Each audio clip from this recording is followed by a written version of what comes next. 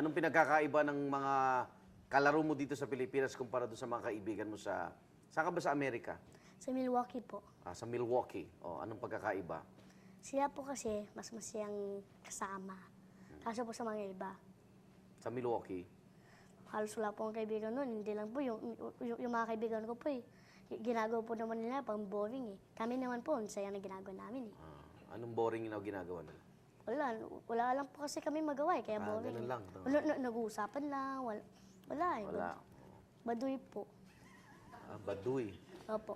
Parang sobra-sobra na yung mga Tagalog na alam mo Wala silang kakwenta-kwenta, no? Hindi po.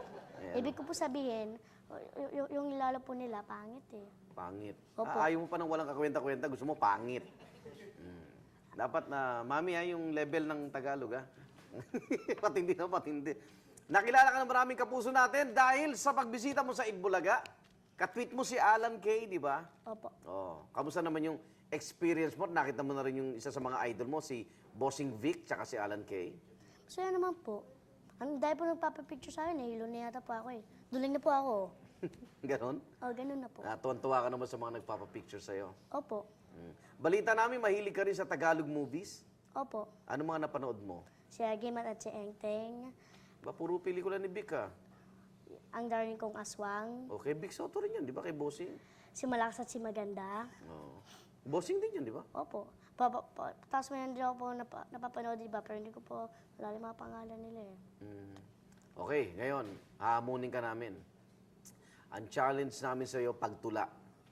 Pagtula? Sige po. Dapat mapabilib mo kami sa tulang Tagalog na alam mo. Kasi ako, nung bata ako, sumasali din ako sa mga tula-tula, mga storytelling. Ha? Sampol! Nay! Ang galing naman. Oy, Nay!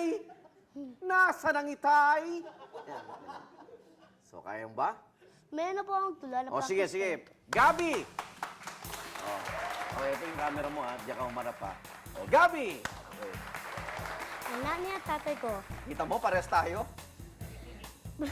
Di ba, Sorry Nay? po.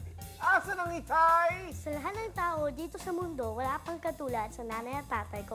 Sila po nagchirap, sila po nagsikap, para ako po yung lumaki, masayang bata. Ganun po yun. Hindi pa tapos. Oy.